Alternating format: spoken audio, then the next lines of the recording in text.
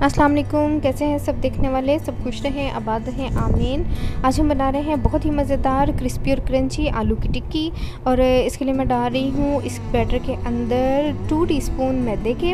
और ये बैटर वही है जिससे मैंने आलू का पराठा बनाया था। आज मैंने आलू के पराठे की वीडियो भी अपलोड की है और साथ ही मैं उसी बैटर से बना रही हूँ आलू की टिक्की। बैटर हमारे पास बचा पड़ा था और कल सुबह तक अगर हम इसको रखते फ्रिज में तो आलू हैं तो ये अपने अंदर से पानी छोड़ देते हैं, क्योंकि इसमें नमक मसाले सब कुछ हैं, तो वो बैटर ख़राब हो जाना था।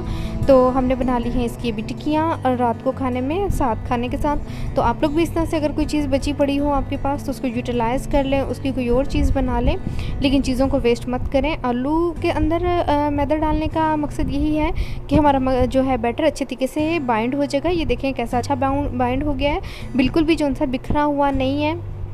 तो पराठे में तो चल जाता है थोड़ा बहुत हो भी, तो क्योंकि उसमें कैरी हो जाता है अच्छे तरीके से डो के साथ। तो इसमें टिक्की में बहुत अच्छा सा बाइंड होना चाहिए, तो इसके टेस्ट पे कोई इफेक्ट नहीं आएगा। टेस्ट बल्कि आपका अच्छा ही होगा, क्रंची होगा, सॉफ्ट एंड क्रंची मिक्स होगा। आप लोग जैसे चाहें कर सकते हैं। आप लोग चाहें तो इसको बाद में जो है आप टिक्कियाँ बनाने के बाद इसको आप दोबारा से मैदे का एक घोल बना लें, पतला सा घोल बना लें, उसमें डाल के आप इनको डीप फ्राई करें तो ये बहुत क्रिस्पी बहुत क्रंची बनेंगी। लेकिन हम इनको अंडा लगा के फ्राई करेंगे, आप लोग इनको वैसे भी डीप फ्राई कर सकते हैं। इस तरह से हम सारी टिक्कियाँ बना लेंगे और फिर इनको हम फ्राई करते हैं।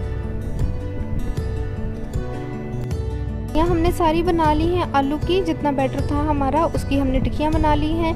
10 मिनट के लिए हम छोड़ देते हैं इनको, थोड़ा रेस्ट आ जाए, फिर हम इनको तो हम तवे पे ही फ्राई कर लेते हैं। इनको रखा हुआ था इसी पे फ्राई कर लेते हैं। ऑयल डालेंगे हम, बहुत ज़्यादा ऑयल डालने की ज़रूरत नहीं है क्योंकि हम अंडा लगा के फ्राई कर रहे हैं, तो नॉर्मल ऑयल में भी हो जाएगी।